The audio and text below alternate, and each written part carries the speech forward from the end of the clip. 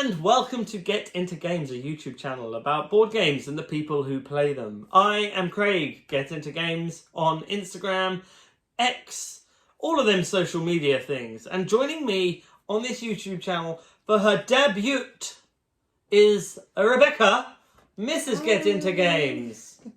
I'm sure I hope they waved back. Hello. If you are here because you have just listened to our latest episode of Get Into Games on Air, episode 9, Board Games Backpacks Without Backpacks.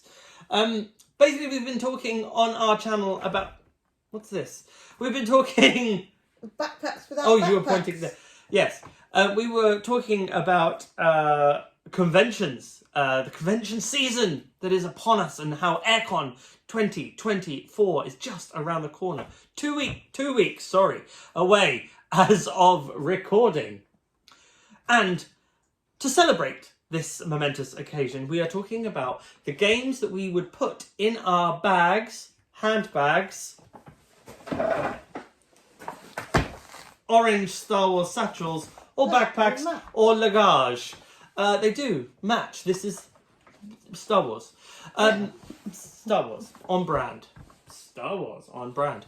So we're talking about the games that we would take in our luggage, that we can easily transport around the convention and be able to play with everyone who wants to play us. So we've got some nice lighter weight games, some mid-weight games, some like crunchier small box games to be able to transport around without having to lug big wheelie suitcases or any of that exciting stuff with us.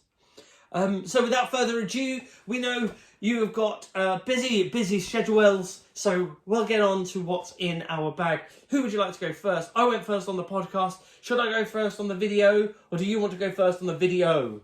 I'll go first on the video. She's going first on the video. This is very exciting. You are very lucky people. How many games do you think I have in my bag? Yes, let us know right now. Sorry about that. Yes, so what is in said bag? How many games do you think I have in my bag? How many games do I think you have in your bag? Yeah, How many games do you think there are in this bag? Call in, we'll wait. How many games do you think can fit in a Loungefly bag? 3. 3 games in a Loungefly bag. Not an ad. Not an ad. Loungefly, though. Funko Games. Okay. So... the first game... A female, didn't know. That I have picked to take to the convention is a game called Bandido. Bandido. And essentially, you are there is a thief, a robber, and he is trying to escape the jail, and you are given many of these types of cards with all differing paths, and you have to try and block off the exits so that he cannot escape. And it is a fun game that everybody can play and enjoy, the children included, and so that is the first game that I'm taking to the convention. The next game in my little bag of tricks is a game called Star Wars Love Letter, and it's exactly the same as normal Love Letter, except that the cards are Star Wars based. Yeah, it's also you have got different win conditions. So there's some different alternate win conditions that you don't get on the original recipe Love Letter. Original recipe. Yeah. And there's some quite cool tokens. I don't know if anybody will be able to see. Those people can see. They've got apples. But they have, what would you call that on the front? They've got Jabba's Palace. Ah. Because it's Love Letter, Jabba's Palace. That's it. Variety. So, that was the next game. I have a funky game called Draw Porter. Yep, brand new game from Oink Games, which has published by Hachette UK. Whoa, looks a bit crazy in this box. But essentially, I'll put the things on your hand. you have these lucky charms that you are using. I'm not going to get cards out. And you will turn over a card and it will say drop the yellow cracker and the red cube, and you have to try and drop that. And then when you do, you get these tiny little bells. You are trying to collect 5 of these bells, and when you've collected 5, you are the winner. Yep. But inadvertently, I'm going to do this. When you have several bells in your hand and you are trying to drop some items, then it is quite difficult to drop the items without the bells falling onto the floor. And if you drop the bell, you lose the bell, and let's start again. Exactly. Sad day. So that is a fun little dexterity game. Spooky ghost. It's hard to try and put everything back in the box while also talking to the camera. Another little game that I talked about on the podcast is a game called Rafter 5, and you can see the people on the front. You can, if the light doesn't reflect. See the people on the front that you are trying to put on the raft. Oh, where are the people? In the bottom of the box. People out. Here are the strange little meeples. Yeah, and they sit on the top. They sit on these rafts, which are the cards, like this, and this then becomes the raft. And on your turn, you have to pick up a person, place a raft down, and put a bit of treasure. And eventually, when you pick it up, it will all fall into the sea. Yeah, it's really good fun. Really like this one. It's quite a tricky little dexterity game. Lots of cool little components, little bits and bobs. So yeah, it's a really I'll nice let little. him put that up. It's me. The next game I've got Packaging. is a game called Cluster, and it comes with this rope that you would put on the table, and then everybody has a collection of magnets, and you are placing them out without trying to make them connect. The most satisfying sound. If you make them all magnets collect, then you have to take them into your hand, and you are trying to get rid of all of the magnets. Yeah. So that is a fun little tub, I would say, type game. I now can't detach the magnets from each other. This is going swimmingly. It's good because they're all magnetic. The next game I have is a game called Ecosystem Savannah. Now I love this one because it's new to us ecosystem. Same size cards as Ecosystem was before, except that it's now set in the savannah. So things like the elephant and the Tree giraffe. needs to be next to a tree. And I really prefer this to any other ecosystem. Tree. Happy. Yeah, it's definitely the most thematic, I find, of the ecosystem games, the way the cards play off of each other. Yeah, it's a really enjoyable little... And then the last game that we talked about that people might not have heard of is this game called Monsters Outnumbered. Can you see that? Yes. Maybe. I can see. And it's in a cool box with a magnet. That's it. Whoa. I like that sound. Oh, and these are the cards that I was talking about that have numbers on them. And you can see here it's got a plus. But some other cards have minuses on them. And dividing. And I think there's some multi-use cards, so you can either use it as a multiplication or a division. Yeah. And you essentially would be building up a horde of monsters, so I would have 8 plus 2, and then someone may lay an 8 on my cards. So actually now I would only have 2, so I would get rid of these, and that would be the strength of my monster horde. And essentially after everybody's played 9 cards, I think it is, then you would, the winner is the one with the greatest monster horde score. It's a really fun little game, actually. It's a great way of like getting kids to learning maths without kind of realising that they're doing maths.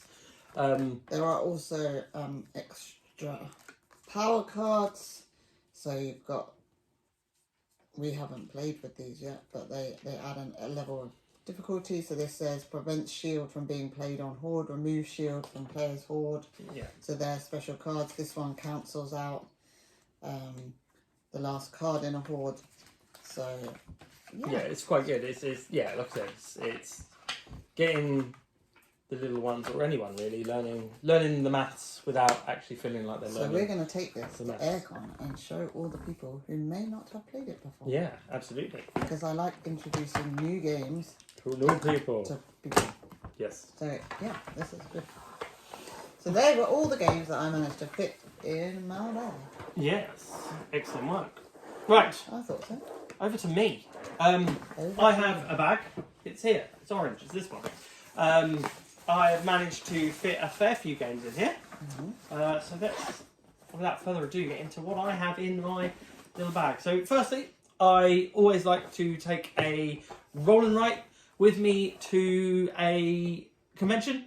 Main reason for that is because it's always good when there's a bit of downtime and you want a bit of quiet time and relax and step away. I think roll and write is a really good way of doing that. So I've chosen Ganshon Clever. It's a really satisfying, combo-tastic roll and write. Really simple gameplay as well. So easy if you just want to get a couple of other people to join you.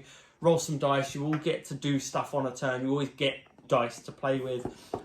You cross off on the things. Very Yahtzee-esque, but Show them. Show them. Oh, you're going to be shown. You. Yeah, so it's really Yahtzee-esque. You've got this board. You're rolling your little dice here. So you can mark off different areas of the board with what you roll to score extra things, and you get bonus dice as well for the different rolls. You get your different bonuses. It's just really straightforward, really simple, and a good little roll and write to play.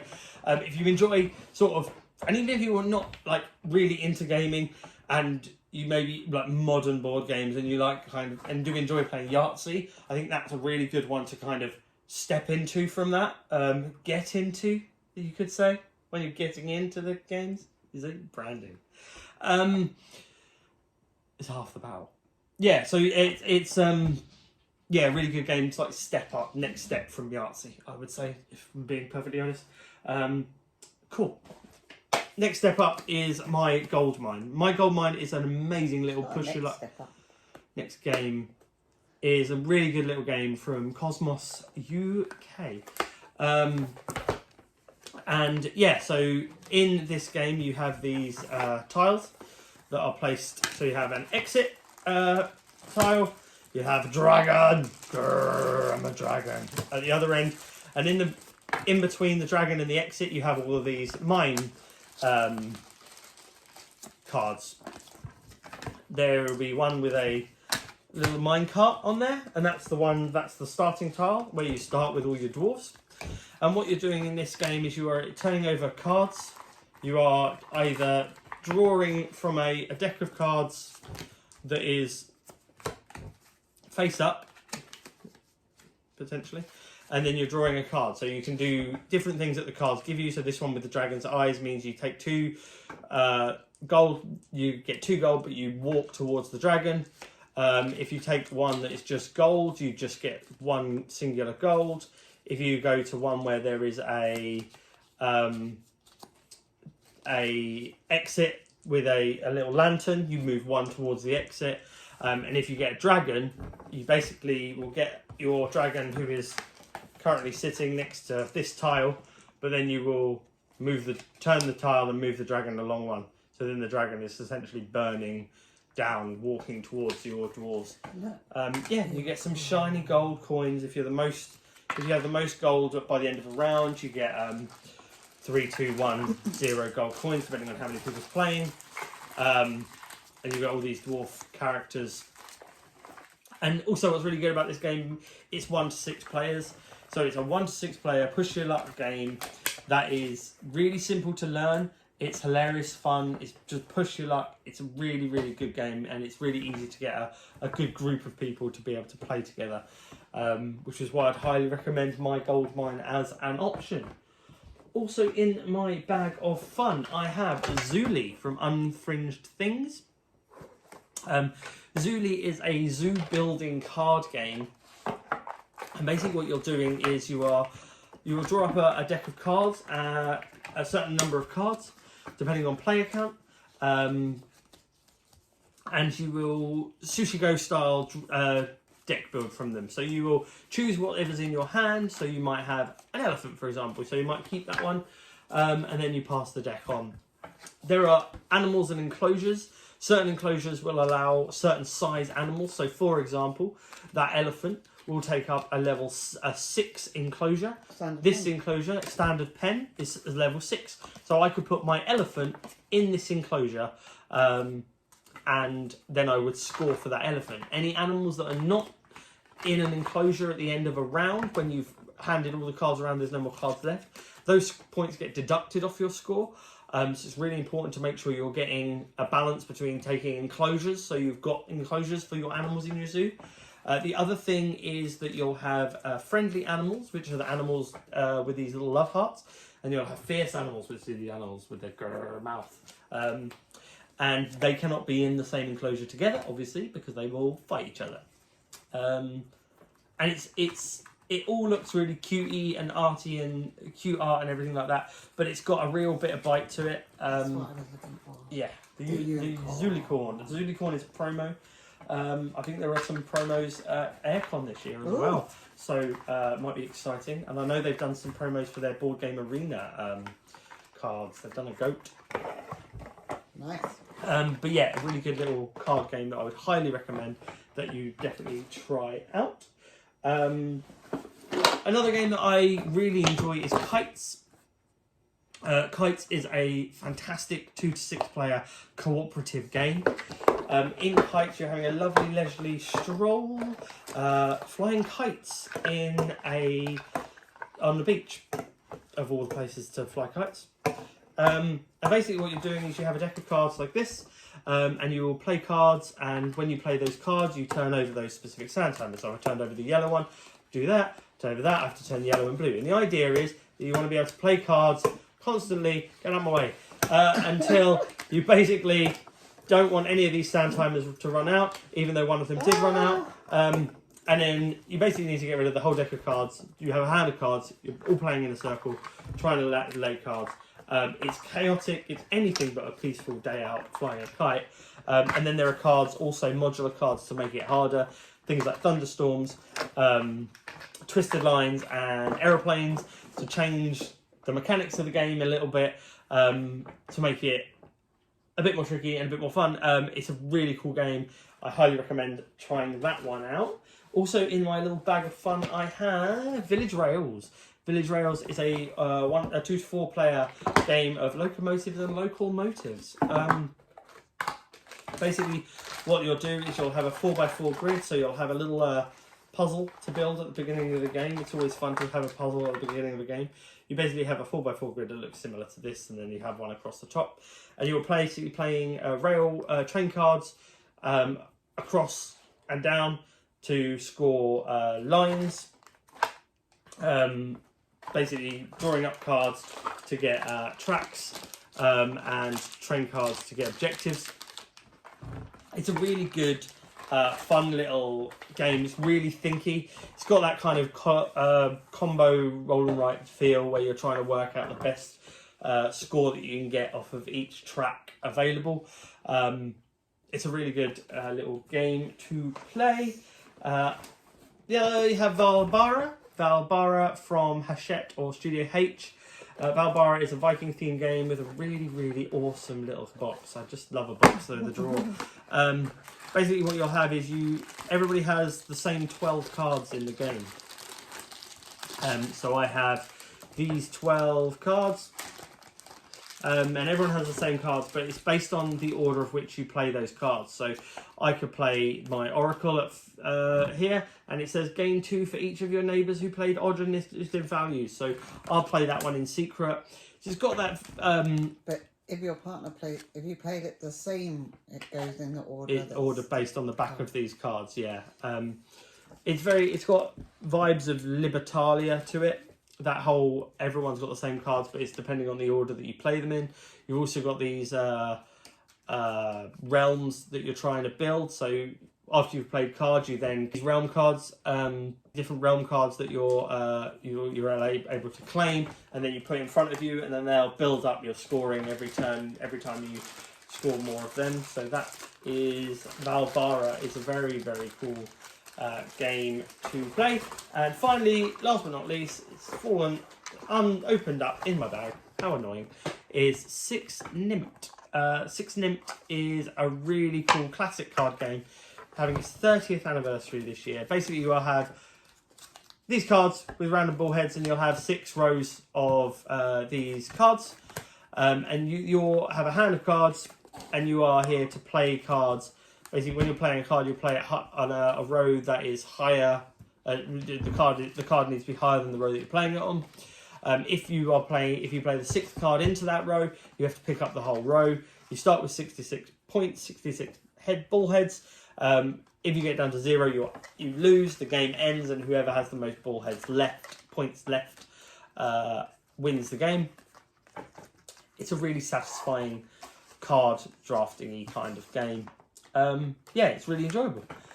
So they're the games that we would pack in our board game backpack. So games that we would take to a convention with us that don't take up a huge amount of space, but they give us loads of options. I think we've got like 14 games? Yeah, 14 games. 14 games to choose from. All different types. Yeah, loads of different types, loads of different weights. Fun for the whole family. So yeah, if you are at Airecon this year and you see us, say hello. We might well have our bags with us. Maybe, I don't know, I might have my orange bag, who knows. Yeah, but thank you very much for watching this video. And if you've listened to the podcast already and you've come to see the video, thank you so much for listening to the podcast. If you're just seeing this video, did you know we have a podcast? We're going into more detail about the games on the podcast. Yes, Get Into Games on air. We have a much more detail about the board games. Games we've played this week. Other episodes have included our board game menus, where we recommend starters, main courses and desserts for your board game nights. We have loads of fun. We've had a couple of guests. We've got more guests in the pipeline. We're 9 episodes in, so feel free to catch up on that stuff. And thank you so much for watching this video. As I said, leave a comment down below. Let us know what you would take in your board game backpack. Let us know if you listen to the podcast. Tell us what you think about it. We'd love to hear your advice for future episodes. And if you enjoyed this sort of short form video as well. Thanks so much. Subscribe. Follow us over on Instagram, X, and all of those lovely places. And remember to get into games. That's the thing we say.